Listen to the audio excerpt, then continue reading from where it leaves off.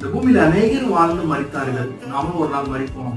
வேதம் சொல்லுகிறது நாம் எல்லாருமே ஒரு நாள் உயிரோடு எழுந்திருப்போம் என்று சொல்லி. இயேசு கிறிஸ்து வரும்போது இது சம்பவிக்குமா?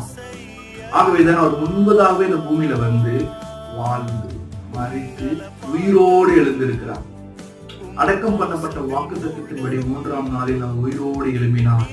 1 கொரிந்தியர் 15:4 சொல்லப்பட்டிருக்கிறது.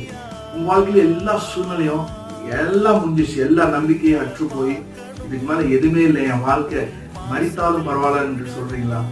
நான் அங்கிருந்த ஆண்டவர் ஒரு காரியத்தை ரெசரக்ஷன் பவரை கொடுத்து உங்க வாழ்க்கையை புதிய துவக்கத்தை செய்யறவரா இருக்கிறார். ஒரு புதிய ஸ்டார்ட் அப் தர விரும்புகிறார். பிசினஸா இருக்கலாம், வேலையா இருக்கலாம், உங்களுடைய மேரேஜ் லைஃபா இருக்கலாம். கவலைப்படாதீங்க. கடன் பிரச்சனை, பினான்ஸ்ல ஆண்டவர் ஒரு அற்புதத்தை இந்த நாளில ஈஸ்டர் நாட்கள்ல உங்க வாழ்க்கையில செய்ய அவரால் முடியும். நீங்க அவர் நம்பும் போது அவர் செய்கிறவரா இருக்கிறார். God bless you. Happy Easter for all.